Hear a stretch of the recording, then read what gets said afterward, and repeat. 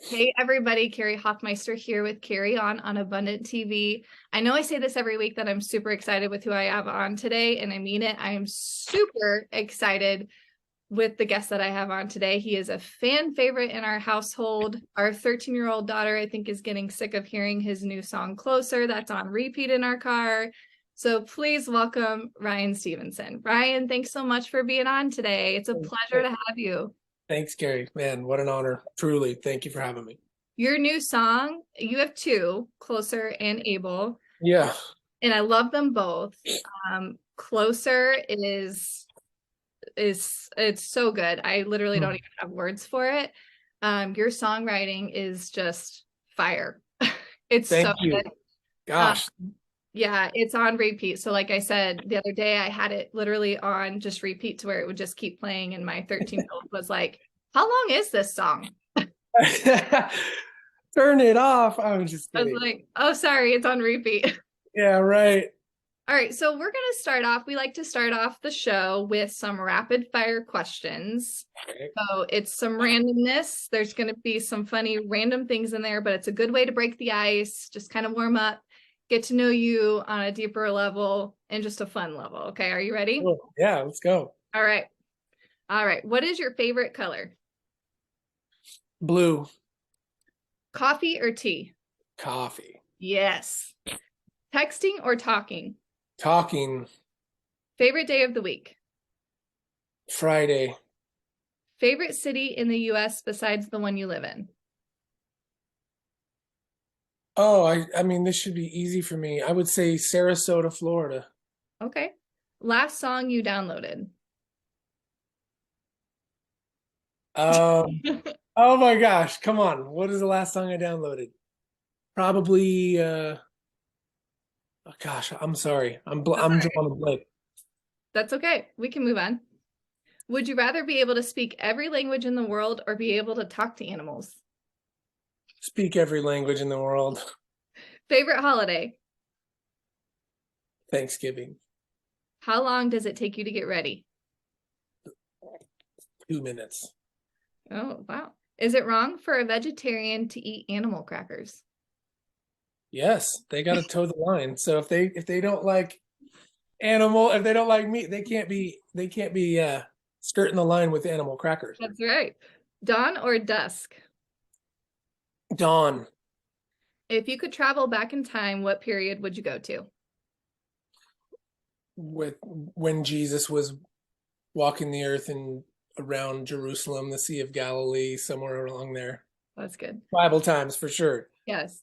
Do you snore? No. Place you most want to travel? Hmm. Australia. Favorite junk food? Peanut butter M&Ms. Yes. Favorite childhood TV show? Saved by the Bell. Oh, yeah. Favorite season?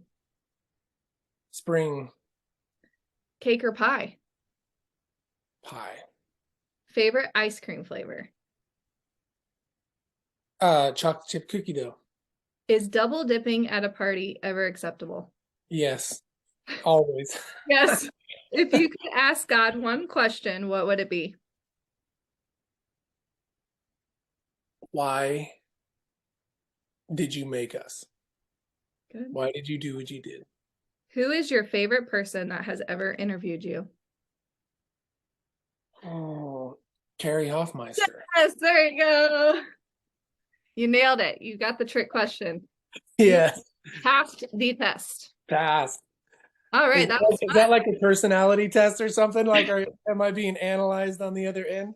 It's just something fun, and we use a little bit of it to promo the interview. Just we Oh, do awesome. cut like a minute of it and kind of show it's fun, That's and it sweet. kind of breaks the ice and kind of loosens people up a little bit. So to know that I'm not gonna like be here and just you know ream you or anything. Let's go. Yeah.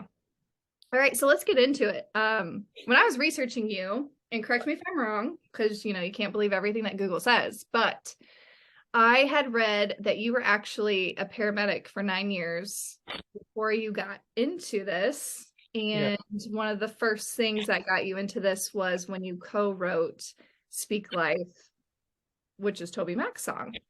Um, Is that correct? And tell us a little bit about your background with that. Have you always wanted to be a musician? Have you always been a songwriter? Just give us all the deets. Sure thing. Well, I mean, I always try to just tell people like my journey into this. When you read about me or you research and you find out like this paramedic thing and this connection with Toby Mac and all, I mean, it does sound like just such a stretch because it is so unconventional. And that's how my story has been, and my this journey has been really erratic and very unconventional, and just 11th hour breakthrough where God has just kind of shown up in the least most unexpected ways to shift my direction and change my trajectory. And I grew up in a tiny little farming town in southern Oregon called Bonanza, Oregon. There's a couple Mhm. hundred people there, really small farmers, ranchers. I grew up in the country, grew up in a little country church, grew up on the hymnals. I started playing drums when I was in the third grade. All I ever wanted to do was be a drummer. I loved the drums. I was super rhythmic already as a kid. So drums just felt easy. It just felt so natural to be a drummer. And so I played drums forever. That's really my primary instrument. But my youth pastor got me a guitar, an acoustic guitar for a high school graduation present. Oh, wow. And I was just like, I'm 18, getting ready to go to college, and he shows up in my driveway and it's just like, "Hey, man, the Lord told me to give this to you, and so I just want to be obedient to that." And I was just so like, didn't it just didn't make any sense to me at all. Like, why would you give me a guitar? But thank you, it's cool. Yeah. I didn't play it, I didn't sing, I didn't write, I didn't play guitar. Wow. But when I went to college my freshman year, my freshman term, a couple months later, all the guys in my hallway in my dorm there on campus, like they all played guitar. And my next door neighbor showed me where to put my fingers and taught me how to play, and I could just do it. The guitar just made sense. And so that really was the kind of the watershed moment of when I learned to, that guy gave me that guitar. I learned to play it really quickly. And then it was like, well, when I could make this music and hear these sounds, I could make melodies in my head because that stuff was just in there. And I love to write. I always like English, and writing was always my best subjects in Yeah. school. So it was just easy to write down like rhymes in my prayer journal or whatever and put it to chords and melodies. So that's just kind of how I got started. I went to college to go into pre-med. I wanted to be emergency room doctor. And long story short, I won't go into all that, but I didn't go through medical school. Got my bachelor's in education.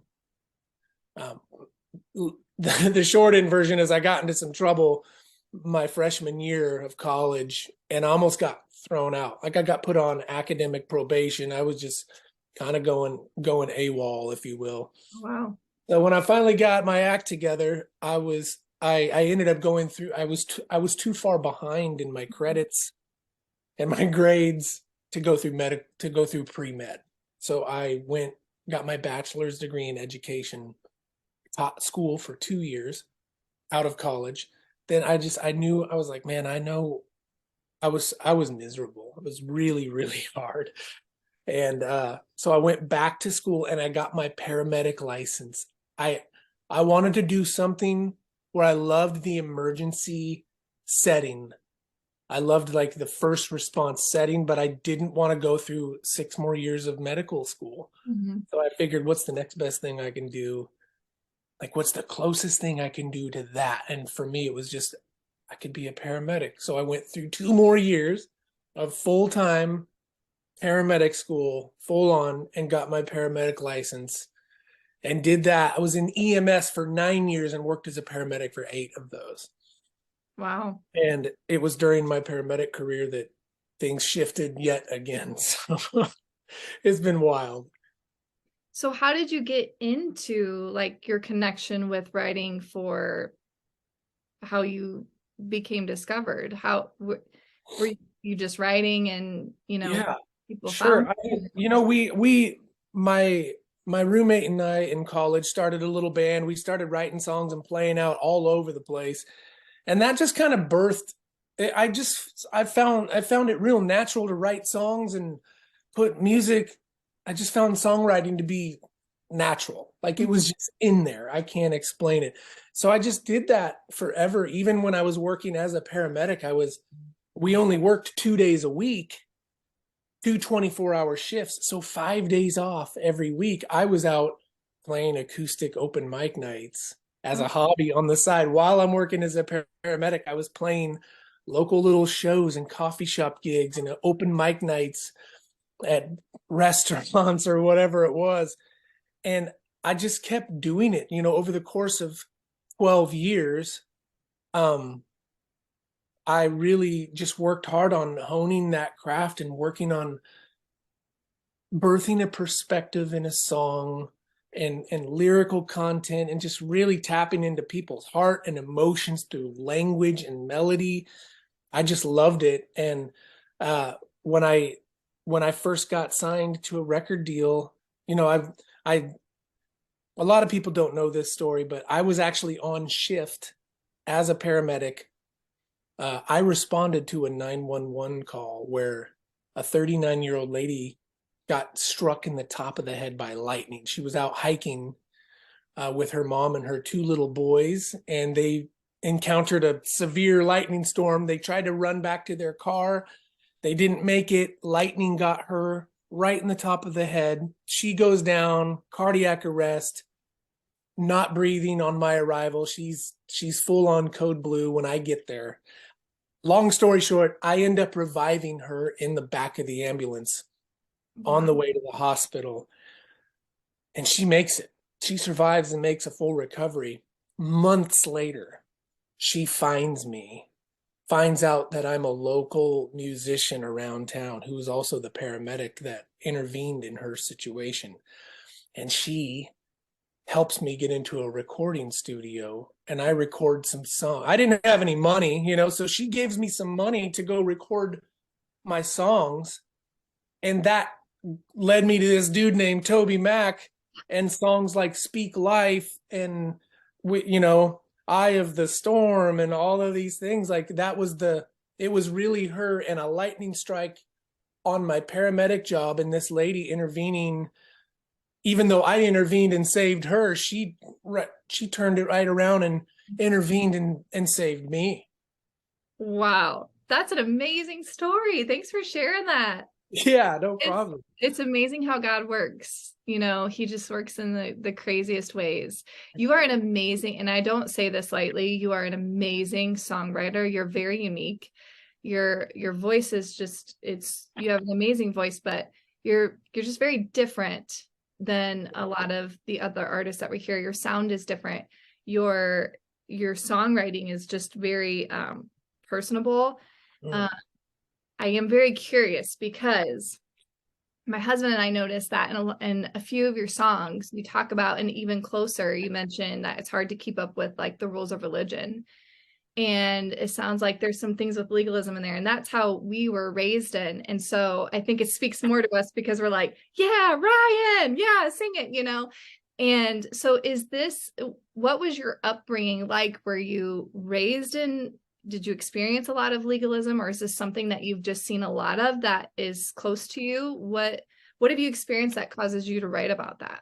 Absolutely. Thank you for asking that because most people, I would say, don't necessarily want to talk about that. Oh, I want to talk about it. They hear language like that in a song and it seems typically like you can be quickly, labeled a deconstructionist of the church, and that's not my heart at all. Like I love the church. I'm not been out of shape with the church on any level. I love the local church so much. It's the heartbeat of Jesus. It's his idea. I was raised in a conservative country town with real amazing people, super godly people who love the Lord. But I feel like that generation growing up in a religious environment where there was a large population of our church who were come from the Reformed church. Mhm. So there was just very strict, very stringent, a lot of rules. Don't raise your hands, worship in certain ways. It was just very traditional. I grew up under that, but I grew up with my mom who was a worshiper, and she was just, what you saw with her is what you got. She didn't care she would just weep in church. She would worship, she would praise, she would shout. And so here I was as a kid, like in this dichotomy, seeing my mom worship and be a praiser and a prayer warrior and a worshiper. And then I would see this other side of the church that was like stoic and stuck. Mm-hmm. And I was like, and that didn't, it was kind of explained to me. I really had a problem with, as a young kid, with just the good news of the gospel. If the gospel is supposed to be good news and we can trust Jesus with everything, then why is it always about this box checking, hoop jumping thing that we're always in pursuit of? Like, if Jesus did everything at the cross, how come the other 45%, it seems like it's up to me now? And I didn't know how to reconcile that as a kid. And a lot of us, like a lot of people in my generation who were raised in that, it sent us into our adult lives trying to be husbands and wives and parents. It sent us into our adulthood with this cycle of dysfunction. That's the only way I know how to say it. This cyclical dysfunction of a performance-based approach to God, where we only feel as good to him as our last ability to perform really well. Yes. And I hit a wall probably 5 years ago. Living, and the reason that's so exhausting is because we weren't designed to live that way. But we really do try, especially in religion and especially in the church. We try to live with that perfectionist performance approach. And when you try to live that way, especially inside of religion, you have to work really hard all the time to protect your image. And you have to work really hard all the time to keep a lot of secrets. And nobody can ever really know you. And you're never free. And I just hit a wall a few years back, and it was like Holy Spirit just came to me and said, stop. Just stop. And you can get off of your treadmill of performance right now. You're my son. You are my beloved. You're not separated from me. Like you are, 2 Corinthians 5, you are the righteousness of God in Christ, seated in heavenly places, co-heirs, joined, loved with the same measure and affection as the Father has for the Son. Like, this is who we are. Romans 8, we were mystically co-crucified. Galatians 5, everything connected to our old self-life was eradicated on the cross with our co-crucifixion, death, burial, resurrection, and ascension with Jesus. And I wish I would have heard this when I was 16. And I'm learning it now in my 40s. And that's why I just can't go back to the way it was. It was like all of a sudden I've had this, as Brendan Manning says, the most important thing that's ever happened in his life is the Abba revelation. Finally, in my 40s, I feel like a little boy who is knowing his dad. I've never known God to be a dad. And I've never had that daddy thing ever. And for Abba to show up in my 40s and just begin to unwind layers and years of performance and legalistic dysfunction, I've never been this free.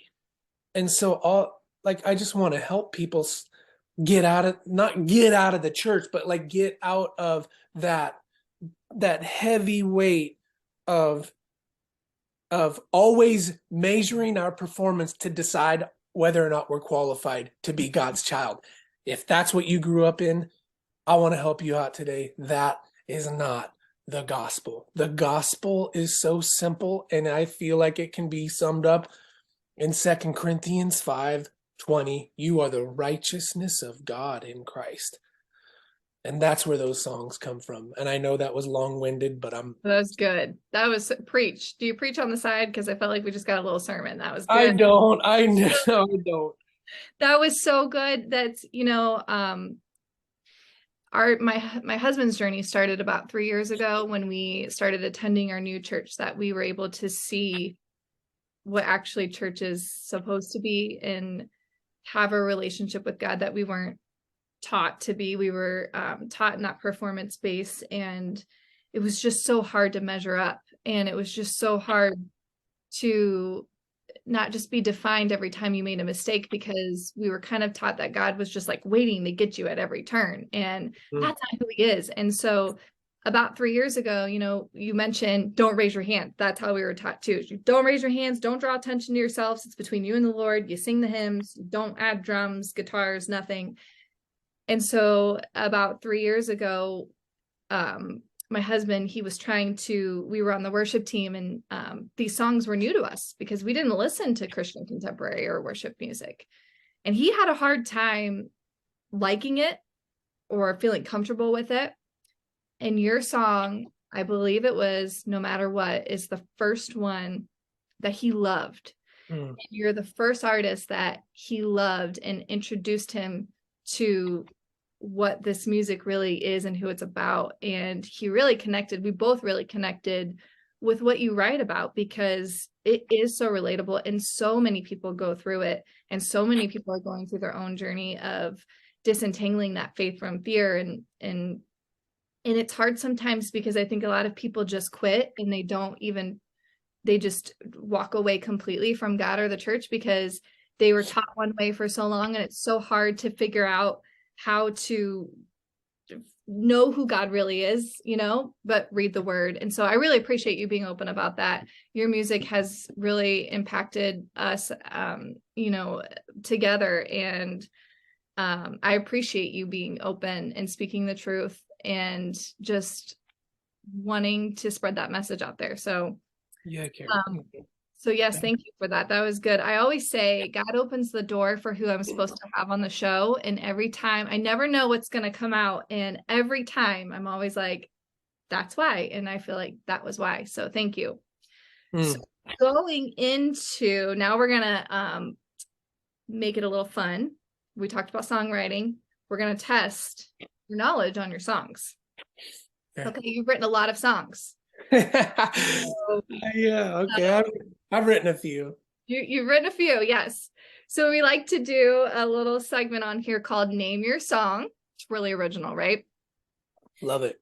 And so I'm going to give you just like one line or two, and I can't give you any more because that's all I wrote down. So you're going to have it's going to be quick, 5 to 7 seconds to give me the title of your song, okay? Easy. Okay. All right. It feels like I'm stuck here. Same song on repeat. If I'm honest, I wonder if there's any hope for me.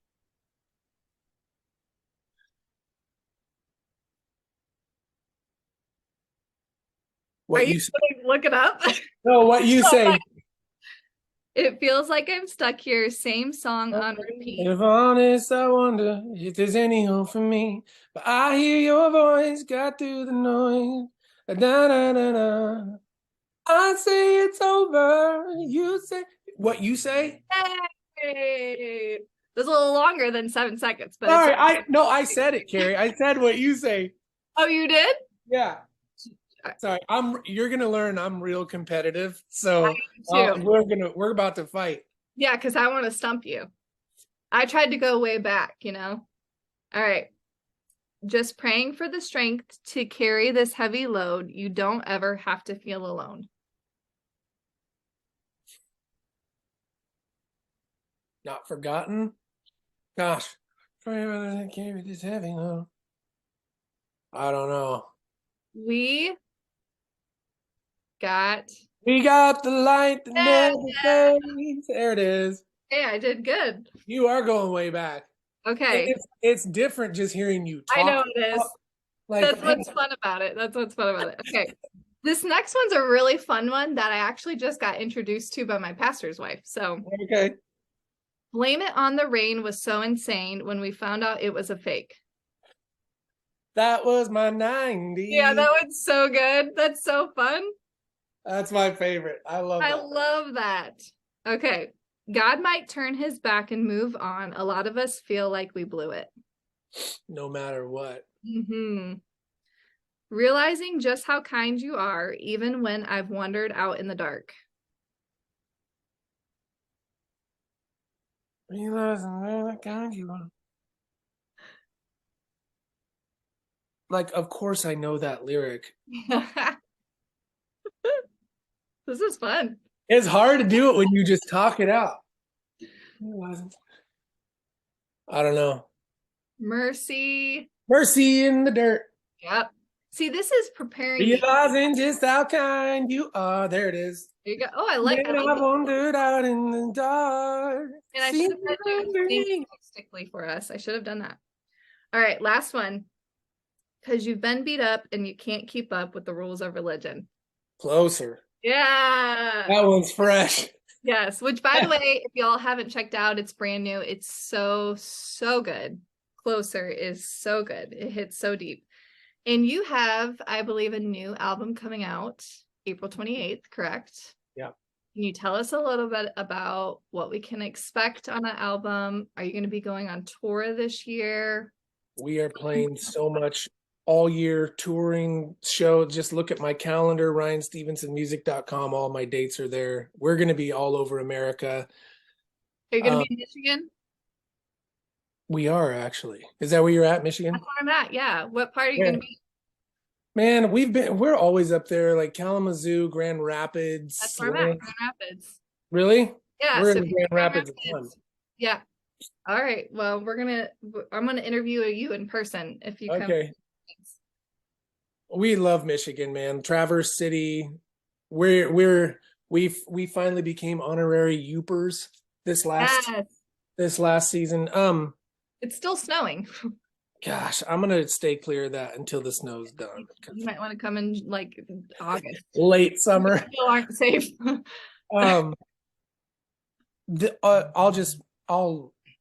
I'll say this. Songs like Able, songs like Closer, they're all like, this whole record has just been birthed out of this last season. Like, it's took me probably 2.5 years to just, I could write a record in a week. I really could, but and I'm not saying that cocky or arrogant. Like, I could write songs fast and just throw them out there. But this one in particular, this record, this batch of songs called Able,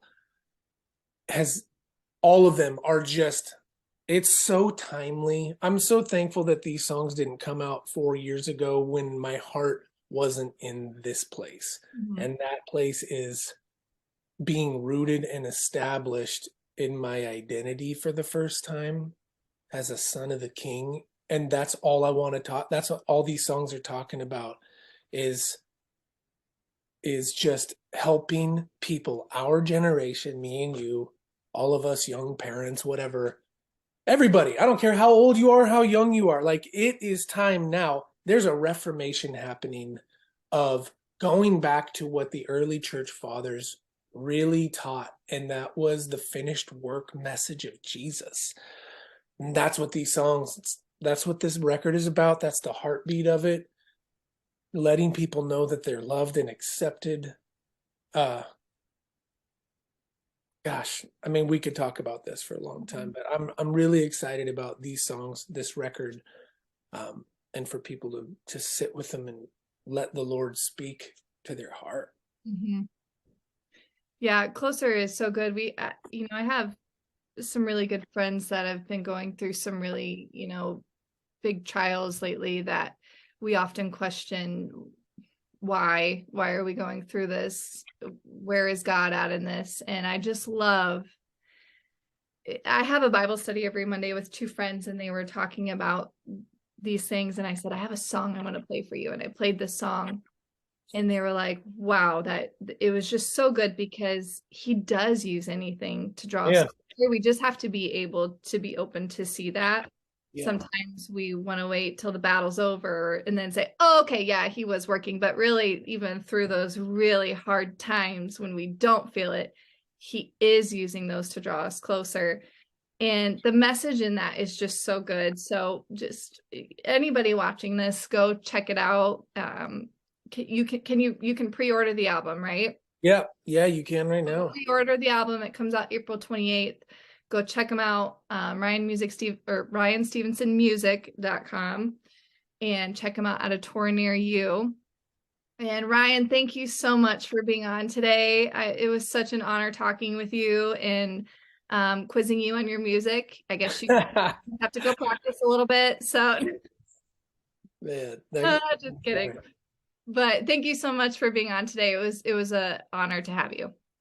Thank you, Carrie. Likewise. Yeah. And thank you all for watching my show, Carry On. Y'all have been awesome in your support. And until next time, carry on.